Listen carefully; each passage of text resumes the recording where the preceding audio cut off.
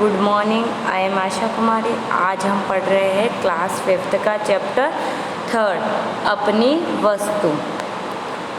एक महात्मा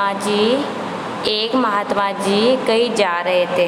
मार्ग में उन्होंने एक स्थान पर दो व्यक्तियों को ऊंची आवाज़ में बोलते सुना। मतलब एक महात्मा जी रास्ते से जा रहे थे, उन्होंने दो आदमियों को तेज आवाज़ में बोलते हुए सुना। दोनों ही हाथों में लठ लिए एक दूसरे के प्राण लेने को उद्यत दिखाई देते थे। मतलब दोनों ही व्यक्ति हाथों में लकड़ी लेकर एक दूसरे के प्राण लेने के लिए तैयार दिखाई देते हैं। एक कहता था कि ये भूमि मेरी है और मैं इसका स्वामी हूँ। मतलब उनमें से एक व्यक्ति कहता है ये भूमि मेरी है, मैं इसका स्वामी हूँ, जबकि दूसरा उस भूमि को अपना बतला रहा है। जबकि दूसरा व्यक्ति बोल रहा है ये भूमि मेरी है।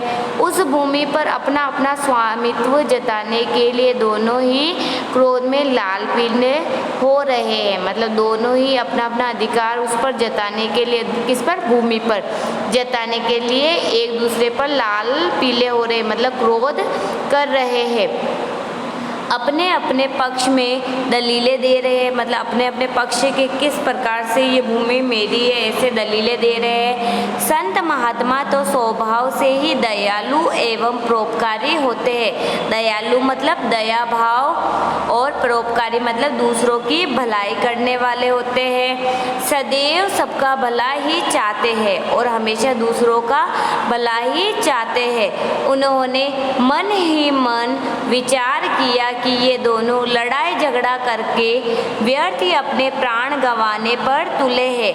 मतलब ये दोनों व्यक्ति हमेशा, मतलब मन ही मन विचार किया कि इन दोनों को, मतलब इनकी परेशानी को मुझे दूर करना चाहिए। ये एक दूसरे को ऐसे ही प्राण लेने के लिए तुले हैं।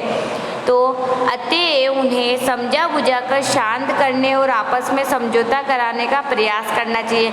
ये कौन सोच रहे? महात्मा जी सोच रहे। महात्मा जी बोल रहे हैं इन दोनों को समझा बुझाकर शांत करना चाहिए और इनके बीच में समझौता करवाना चाहिए। ये सोचकर वे उनके निकट गए, मतलब उनके पास गए और उन्हें संबोधित करते हुए बोले, मतलब उनको बोलते कहा, हे भद्र पुरुषों, भद्र मतलब सज्जन, हे सज्जन पुरुषों, तुम लोग कौन हो और आपस में झगड़ा क्यों कर रहे हो? तुम दोनों कौन हो और आपस में झगड़ा क्यों कर रहे हो? महात्मा जी ने सवाल पूछा।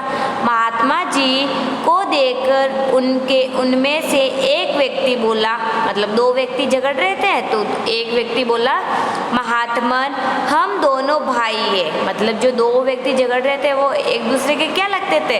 दोनों एक दूसरे के भाई थे। हमारे पिता ने मरते समय अपनी संपत्ति का जो बंटवारा किया था उसके अनुसार इस भूमि का मालिक मैं हूँ। वे भाई, मतलब एक भाई बोल रहा है कि हमारे पिता मरते समय जो जायदाद का बंटवारा करके गए उसका मालिक मैं हूँ, फिर भी ये व्यक्ति मेरे से झगड़ा कर रहा है। दूसरा व्यक्ति तत्काल, मतलब उसी समय, तत्काल का अर्थ होता है उसी समय, चिल्ला उठा, महाराज ये बिल्कुल झूठ बोल रहा है। क्या बोल रहा है? झूठ बोल रहा है। ये भूमि इसके भाग में नहीं बल्कि मेरे भाग में आती है। किसके भाग में आती है? मेरे भाग में, इसलिए इसका मालिक मैं हूँ। मतलब इस भूमि का मालिक कौन है?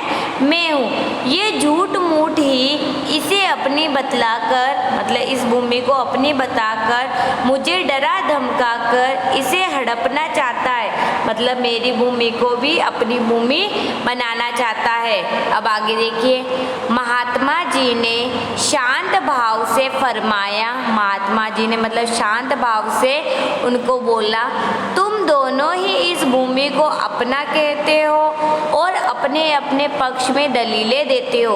मतलब तुम दोनों ही अपना, मतलब इस भूमि को अपनी बता रहे हो और अपनी अपनी दलीलें, मतलब अपनी अपनी जो बातें हैं तर्क दे रहे हो। ऐसे ऐसे तो इसका निर्णय कभी नहीं होगा, मतलब ऐसे तो इसका कभी भी आपको निर्णय नहीं मिलेगा।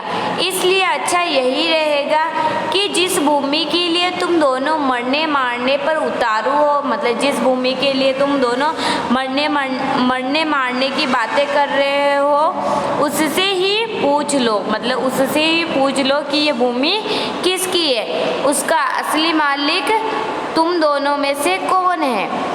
वह स्वयं ही इस बात का निर्णय कर लेगी। अब महात्मा जी क्या बोलते हैं, इस भूमि का कौन मालिक है ये स्वयं इसी भूमि से पूछ लो।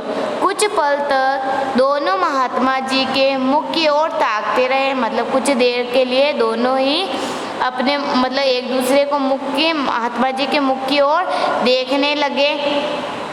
फिर बोले किंतु ये कैसे संभव है, किंतु ये ऐसे क्या होता है क्या, भूमि भी कभी बोलती है।